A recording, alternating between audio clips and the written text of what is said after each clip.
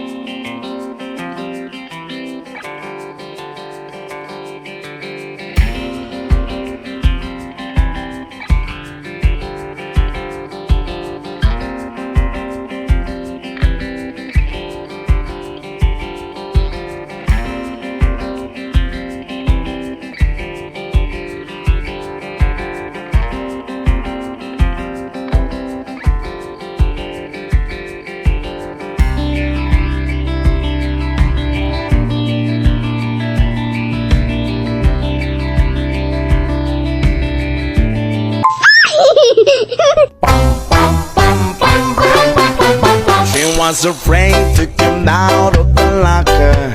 She was as nervous as she could be. She was afraid to come out of the locker.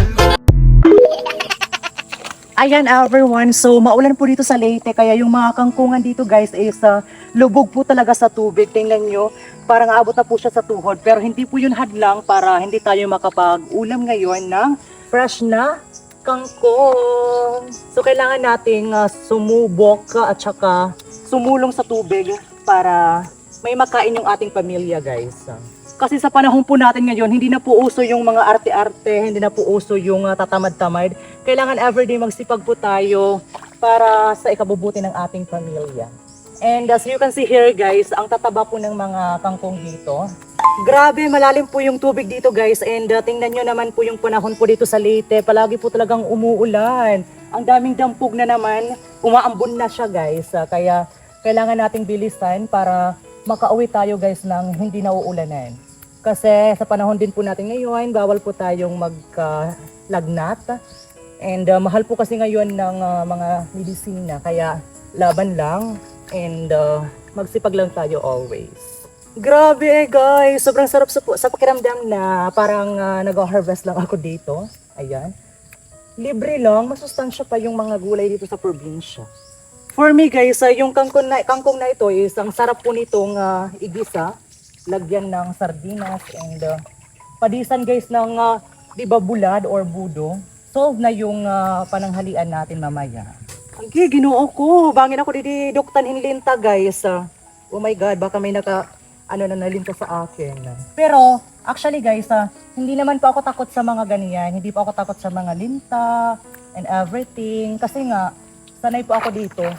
At saka yung mga bagay na yan guys is nasa isip lang po naman natin na if matakot tayo, matatakot po talaga tayo. Kumpara sa susubok tayo, for sure na may magandang impact at saka may positive na magaganap. And ang sarap lang po talaga sa pakiramdam na nakukuha natin yung mga bagay na pinaghirapan natin, di ba? So, kung napapansin nyo ngayon guys, umuulan na po talaga. Medyo lumalakas na po yung patak ng mga ulan. So, at this very moment, uuwi na po tayo and sakto lang po ito para sa amin, sa family po namin here.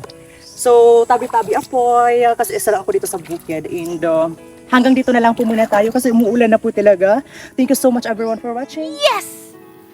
Ayan everyone, so thank you so much Lord kasi tumila na po yung ulan. Sumilong lang po muna ako dyan sa may puno ng bayabas and here comes guys the kangkong na kinuha po natin for today. Grabe, sobrang dami po talaga niya, diba?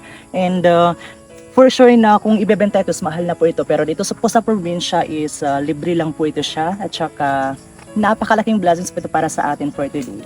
And oh my God, bayan ako ni So ngayon. No. Hello baby. Oh my God. So hanggang dito na lang po muna tayo kasi baka ako suwagin ng baka na ito. And thank you so much everyone for watching. See you again on our next video. Bye-bye!